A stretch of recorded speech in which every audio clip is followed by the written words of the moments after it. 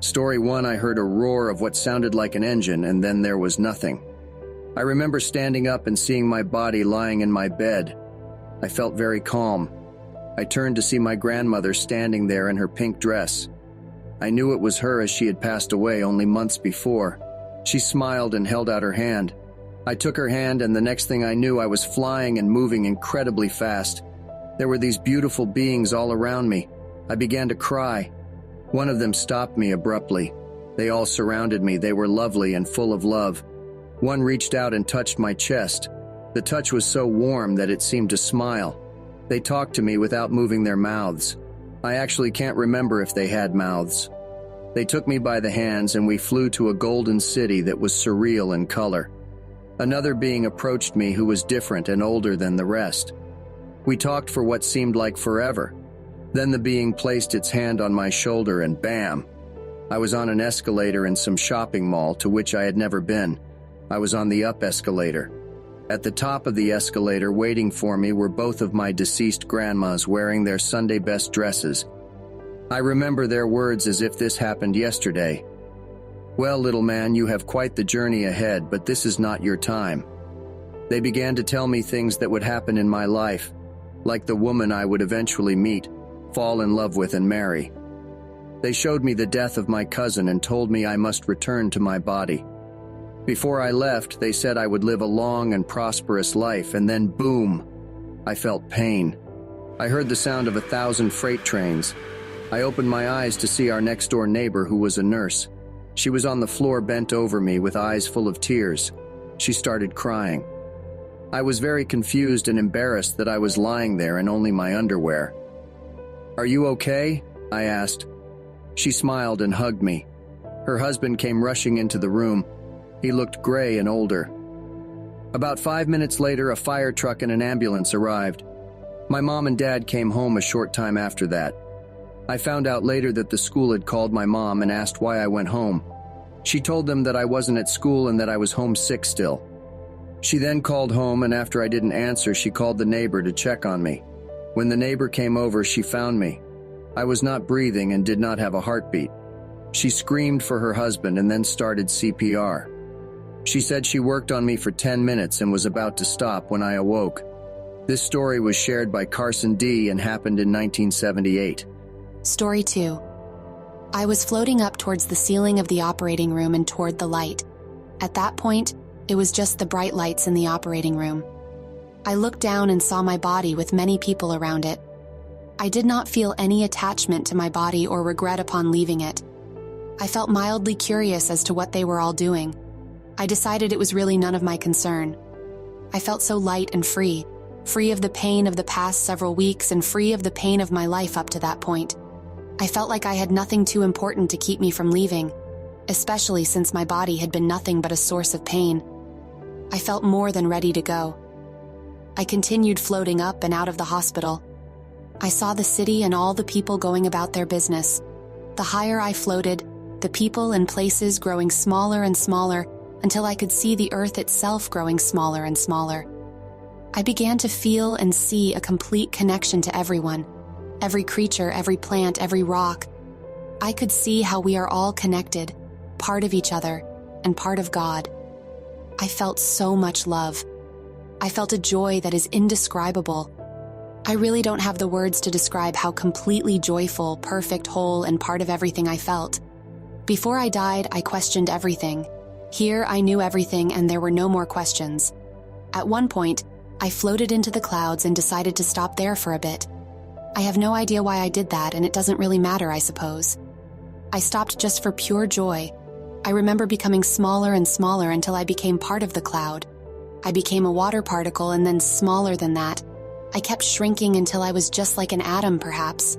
I could see each particle of the cloud and what we looked like down to our tiniest level. It was beautiful. We were beautiful. I had shed the sense of my body very quickly. I was simply nothing and everything all at once.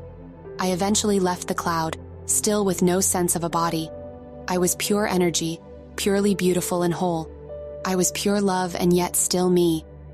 I left the earth and went toward the light very quickly after that. I was part of the light. I could have stayed there forever, and I maybe did because time no longer existed. I then became aware of 3 beings. They were golden light and beautiful. We were one yet separate somehow. They sometimes had a form and sometimes were only an amazing golden light. I knew them somehow, but not from the life I had just left. They called me their beloved daughter and said that I had a choice to make. I could come with them and dwell in the light forever, or I could go back to being the daughter Margaret. I couldn't understand why they thought I would want to go back. Being there with them was so beautiful. They told me my lessons were not complete, and I still had much to learn and much to teach others. They told me that I was needed. They told me that they are always with me, and that I must remember that I am not alone. None of us are ever alone, no matter how much we may feel so from time to time. Life is beautiful even when we know nothing but pain. My choice all came down to love and responsibility to one another. So I chose, very reluctantly, to come back. This story was shared by Margaret and happened in 1974. Story 3. After a craniotomy, my body clinically hovered between life and death for 2 days, and my spirit left it at that time. I looked down at my body, and although it wasn't a pretty sight, I was not concerned. I perceived it to be a vehicle, which carried me through the Earth School. I was in a place of love, kindness, compassion, contentment, acceptance, and joy, a place of knowing. I perceived myself and other beings as masses of energy, all connected and yet separate. There were no body forms or communication as I know it in human form. There was simply a sense of all-knowing. Each and every spirit being was supportive of each other, and I knew them, although they didn't have the same forms as when I knew them on the Earth School. There were no limitations such as space or time in the spirit world. I was aware of the big picture regarding the past, present, and future. I was aware that the Earth School experience was one part of my evolution. There was a review of my life in this body, and also my past lives. I was the judge as to the benefit and value of each experience. They all seemed very interconnected, and yet separate. There was a focus to each life experience, and all the experiences contributed to an end result. I didn't want to come back to the Earth School, and after some deliberation with the other beings of energy, including the God being, or large mass of energy, we decided that coming back would serve the greater good. I had a choice, and yet the choice seemed to be made in unity with the other beings. I also knew that if I didn't come back at this time, in this body, I would return to the Earth School in another body to finish what I was here to do. Before the experience, I didn't believe or disbelieve in reincarnation. Now I am sure that I have had many reincarnations. When I came back into my body, I was content. It felt like my spirit was cuddling back into a warm, comfortable place. At that time, my body clinically stabilized. First, I was not expected to live. When I did live, my family and I were told that I would never function normally again. I don't function normally according to conventional wisdom. I have lived life as an observant adventurer, and although I have always been on a path of discovery, the out-of-body experience intensified and reinforced all of my beliefs prior to the experience. It opened up more channels in the heart and mind, as with a radio. If we leave it on the same channel all the time, we will probably hear the same type of music and the same slant on newscasts all the time. If we change the channel occasionally, we may hear something different.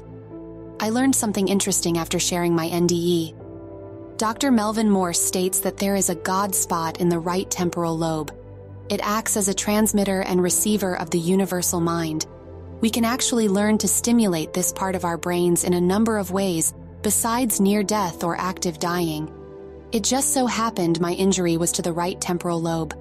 Perhaps it was stimulated rather than damaged. How interesting. This story was shared by Kara and happened in 1990.